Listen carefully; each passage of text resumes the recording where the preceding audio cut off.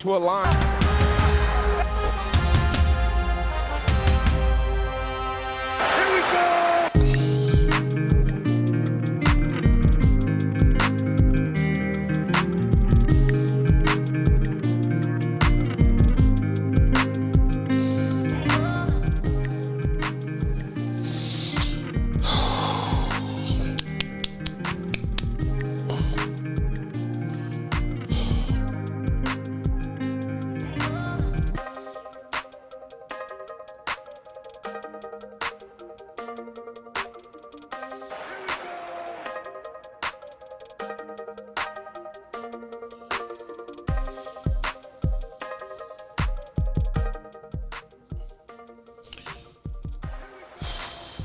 Well, good morning, good people.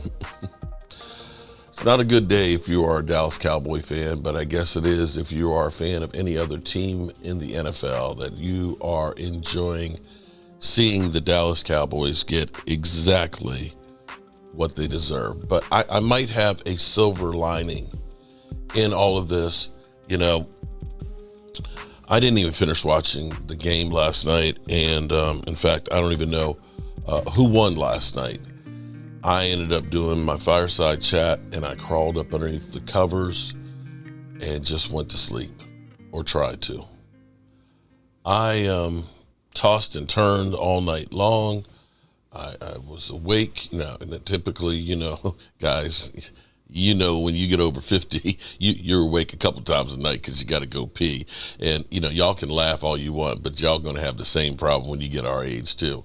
So not that usual being awake in the middle of the night.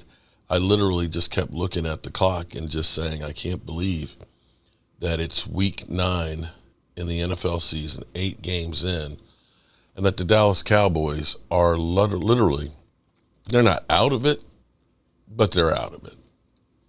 And Dak's hurt. There is, of course, trending now, a lot of people that are actually happy about it. The Trey Lance crowd, the Cooper Rush crowd, the Skip Bayless, of course, that guy who's trying to hang on and stay relevant and everything else. They're all excited and happy that Cooper Rush will be the savior. And Cooper Rush, in one quarter, he did what Dak Prescott did all game. You mean in garbage time? Okay. I know. Here's what I'm going to get. You're just hating. You know what? If Cooper Rush can save this season like he did, a couple years ago where he won 4 games, I say, why not? Although, well, before we get into it, let's this is Ian Rappaport, of course, with Rap Sheet, and they're giving you the latest on Mike McCarthy's status, of Dak Prescott's status, and so on. And I'll say, we effing suck.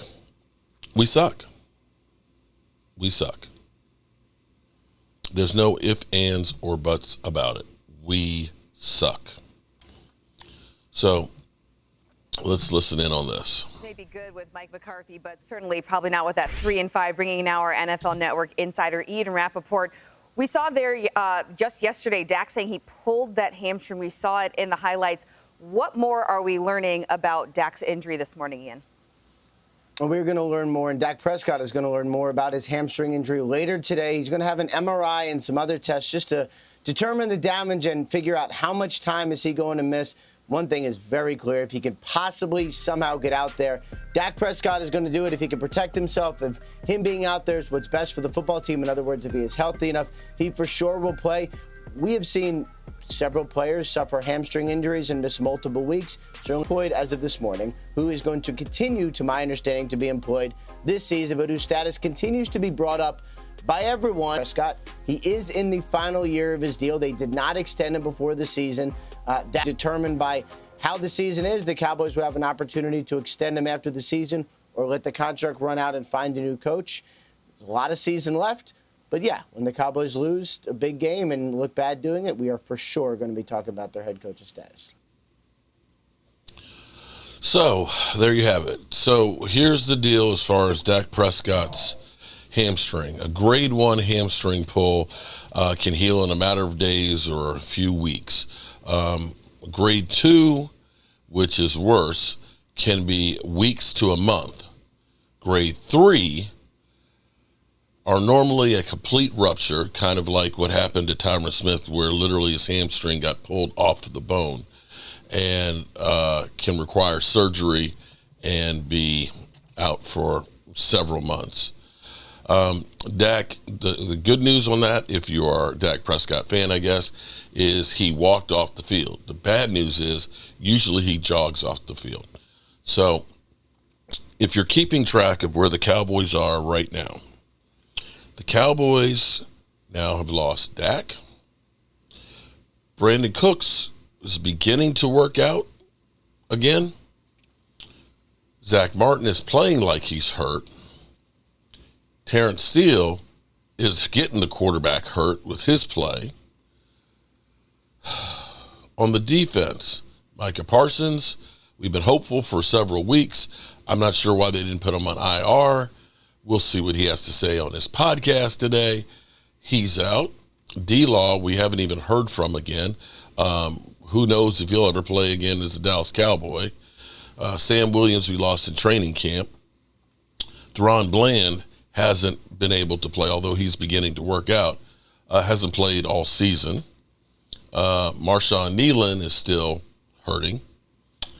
Let's see, who else? Let's see, Eric Kendricks played like he was hurt yesterday. And Diggs has a strained calf muscle.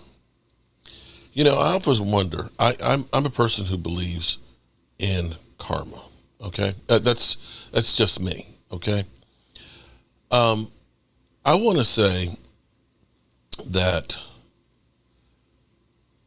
in times when I have done something good to help somebody out that maybe I wasn't really in a position to do, ended up being a blessing. That something, you know, I always believe when you do good things happen for you.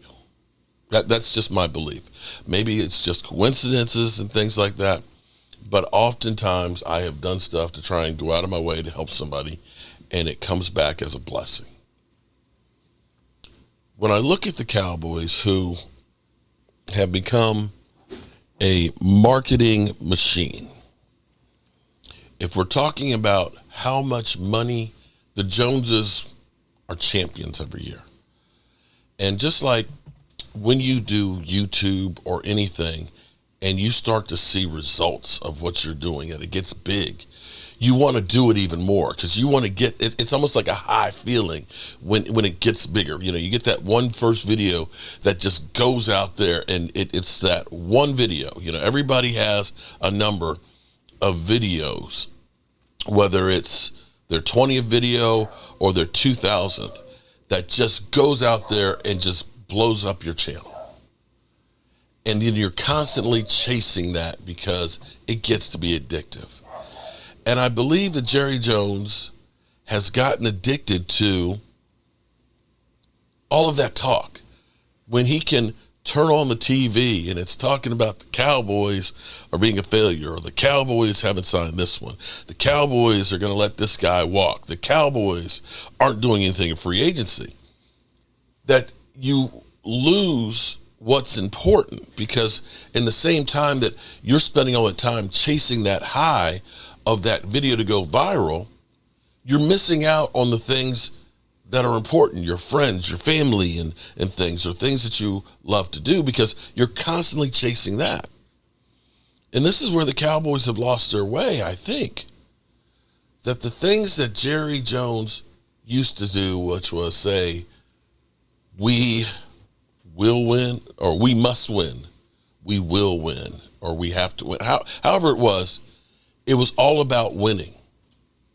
You notice how it's turned into, I like to turn shit up. I like to turn shit up. How about, I like winning Super Bowls? How about, I want to win on the field? Literally, Jerry has gone on and said, after the controversy about tours, I'm glad they're talking about it because that'll bring me more tours. I believe that this team is in all different directions. I believe that this locker room is a mess. I believe that the Cowboys don't have enough talent. I believe that Jerry Jones does all his moves based on comfort for him. Guys that he knows that he can keep his thumb on, like Zimmerhire. That he won't go out there and take a chance on a player that he doesn't know anything about. He'll go back and get guys that are familiar with the guys that he's hired, that he's familiar with, to bring them in, and won't take any chances anymore. Because if it fails, they're going to be talking. And I believe that karma, the whole way he went about this team this season, when it came to contracts and Mike McCarthy and the players and everything else, and constantly saying, that Green Bay game, we want people to be uncomfortable. We want people to be uncomfortable.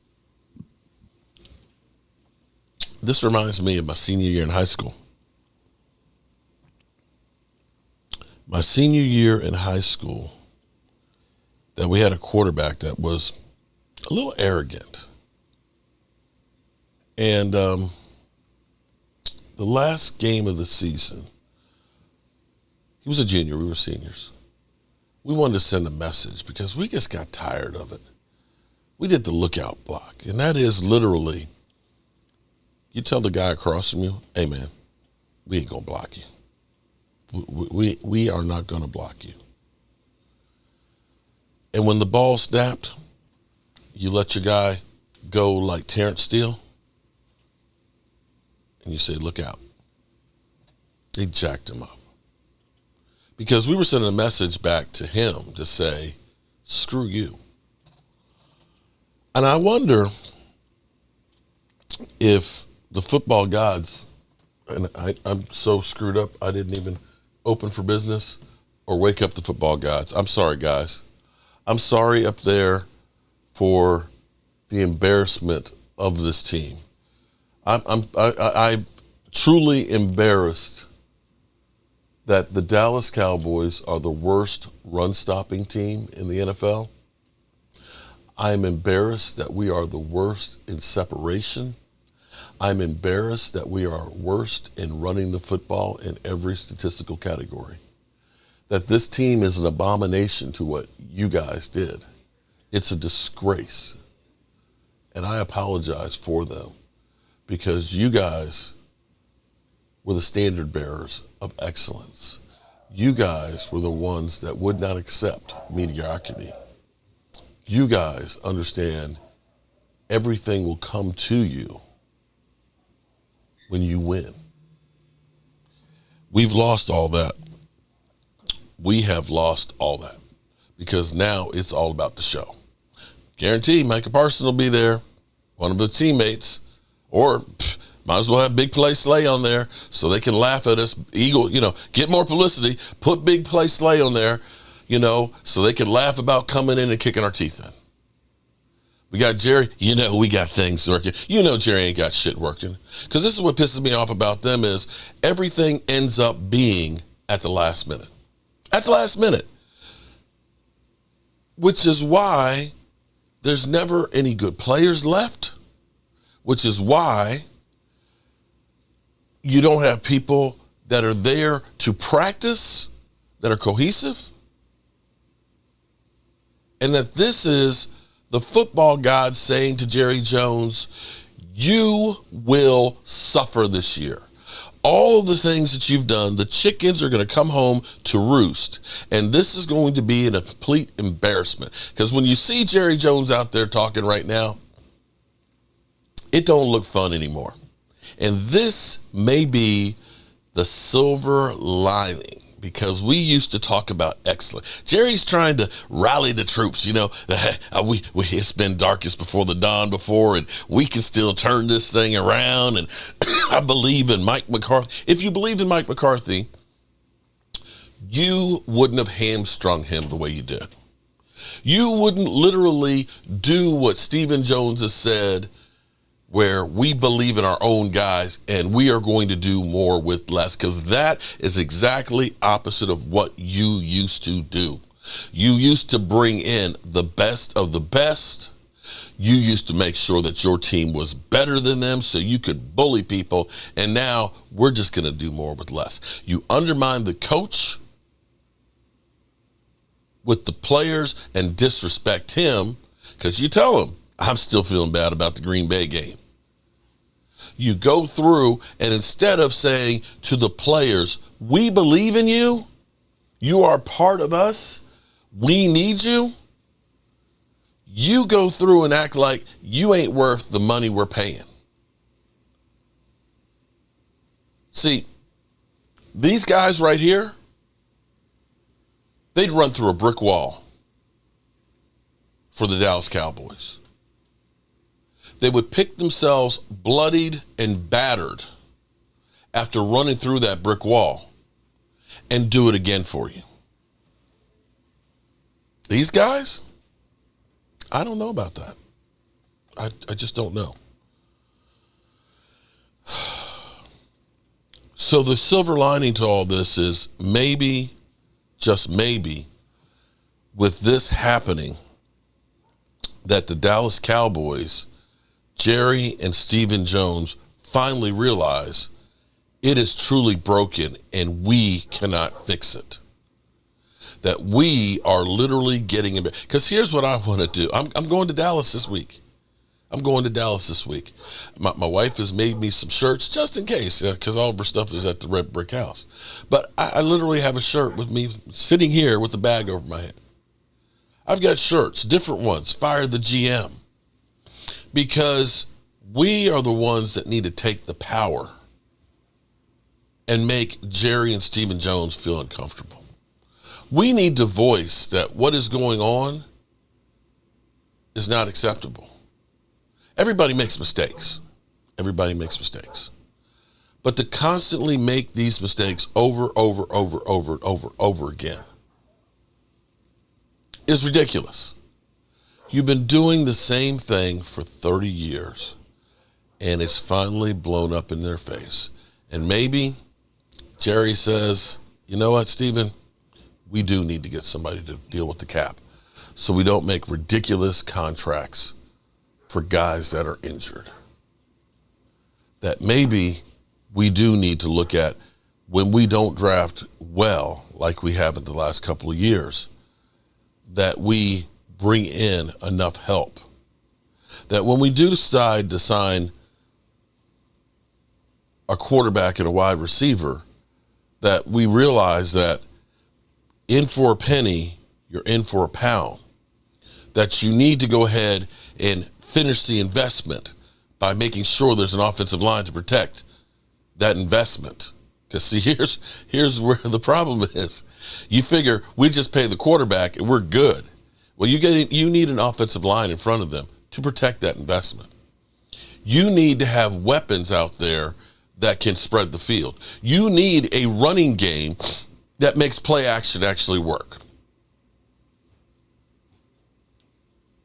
And that is the Cowboys doing things the last minute and figuring, we're good. We're good. They have the student who does their term paper the night before it's supposed to be turned in. And it's garbage. So, the silver lining is maybe this forces a change. Because typically the Cowboys play good enough for them to say, we're close. We're close. We don't need to change things. We're so close that we can get it done with what we got. Well, you can't. You're not close. You're kidding yourself. And you look like jackasses. On the way, Shefty is standing by on the day before the trade deadline. We got so much to do and only 2 hours to do it. Roll the highlight. The Cowboys were just awful. Okay. Yes, Love helps improve it, we'll do it. I mean, I know everybody understands. I don't think I have to say it, but we'll go for it. Okay, put your feet up. I want to stop there I just want to stop there for 1 second here. let me ask a real question. Which is better? Which is better? Because your whole thing is we don't want to pay free agents, right? We don't want to pay free agents, which you could have paid a Derrick Henry who literally was begging to come here. I don't remember him begging Baltimore the same way that he was, right? Which is better, that you go through and you sign a guy as a free agent, right? Sign a guy as a free agent, get him into training camp so he can get coached up and learn the system and be there for you the whole season, or giving up draft capital, having to pay a guy and bring him in at the middle of the season where he doesn't know anything that you're trying to do. I'm asking for a friend because to me, because you have waited like you always do on everything, if you were to decide to make a move now, it's costing you money and draft capital when you could have just done it to go ahead and get the free agent to begin with. Sorry, I mean, didn't mean to interrupt. Lot to get to here. Jerry Jones saying we're going to try and do some stuff to try and save our season with the trade deadline tomorrow and the season rapidly slipping away. We can go big picture or little. Let's start with when you watch them play, what jumps out at you immediately? They're sloppy, they're poorly coached, they're undisciplined, and they're a subpar talented football team. That's when outside of those, they're outstanding. So they're pretty dang good. Yeah, the Cowboys are a Super Bowl team if not for those 5 factors. The second, third down of the game on defense, they got 10 on the field. Yeah. That's sloppy. That's a poorly coached, poorly prepared unit. This is the second, third down of the football game. It's 3rd and 4. The Falcons are going to motion. I'm like, why is nobody running with them? And then I go, okay, 3rd and 4, the ball gets thrown out there. How's it hat on hat? They only have 10 on the field. It's the second, third down of the football game. And then 4th down defensively. You're getting man coverage. Watch how the rail route from Mooney, Trayvon for some reason tries to undercut it. You know they're going to try and pick you, and it's a walk-in touchdown. That's sloppy, that's undisciplined, that's poorly prepared, poorly coached, and then the talent doesn't cover up for that. That's who they are as a football team right now. Yeah, when I look at it, it's quite honestly, if you're a Cowboy fan, you got to be excited because your defense just played below average, which is a great improvement over the way it's been all season. Like you talk about, yeah, we see the little rub route, the pick route and stuff like that to Mooney. Like, yeah, that's coaching. Like if you're going to lock guys down, all right, then you got to play over top of it. Obviously, you can't be on the same level. It's just, I mean, it's absolutely ridiculous, but. You can switch, you can play switch in that, but apparently they can't. Rex, it's meaning that we have like 3 guys in a cluster right there, right? Then we're going to play our 3 against your 3, but we're going to play zone. We're going to pick the man up in my zone. Right. They don't do any of that stuff. They get picked, naturally picked all the damn time. Communication is horrible. You talk about having 10 on there. That's all right because they had 12 on another time on offense on a 4th down situation. So it looks horrible. But my biggest take is this, like, they're desperate, right? Everybody's trying to make a play. John Fossil is one of the best special team coaches in the league, if not the best. Agreed. And now we're going to run a fake punt. What the hell are we running a fake punt for where they can foul us all the way down the field? I can interfere with your receiver the whole time. If he's playing off and bailing, I get it. But he's clearly not playing off and bailing here. So I thought that was a horrendous call. Look, the guys that are pressed, I can foul you all over the place. Right. There's no rule for it. So to me, it's just like everybody's trying to make a play as they want to win. I get it, the competitiveness and all that stuff. But damn, at some point, you got to have a team and you got to have, like, everybody has their responsibilities, but understand the team and the what we're doing collectively. Right now, they look like 3 independent contractors: offense, defense, special teams. Yeah. Not only that, but because we can go bigger picture here. What wasn't mentioned, and in case you weren't paying attention on the pregame shows and all that stuff yesterday, Ezekiel Elliott wasn't there because he apparently missed several meetings or whatever it was. Shefty will be with us in a minute here. He can explain in more detail. But for whatever reason, disciplinary reasons, Zeke Elliott, who in theory is one of your team leaders, if he is isn't what's he there for. He's a 29-year-old running back who's way past his prime. He's not out there because of disciplinary reasons. You have every single player on the team, it seems, has a podcast. Several of them last week are doing one where they list the 10 best quarterbacks in the league and don't mention their own. Rex, it feels like, forgetting the game, it feels like everything is coming apart at the seams. And I think it's obvious watching Jerry Jones, he sees it and recognizes at this point he's lost the ability to do anything about it. Yeah, and to Jerry Jones, as competitive as he is, that's why he said what he said. Like, no way in his right mind would you try to build to this football team this year, because this team's done. But he's no, we're going to do it. I got to do my part or whatever. And I get it, okay? I appreciate that about Jerry Jones, without question. But, man, oh, man, it's like, come on, guys, where's the team part of it? That's what I mean. The star in the helmet's perfect for this team because it's all a bunch of damn individuals. And, like, Micah Parsons doing the podcasts and things, I love Micah Parsons. But, damn it, are you that jealous of damn Dak Prescott? I mean, I don't get it. How do you not put him in the top 10? By the way, he's the highest paid quarterback in the league, player in the league. Yeah. So to me, it's like, yeah, there's something not right in that locker room. And this is what happens when all of a sudden you don't meet expectations.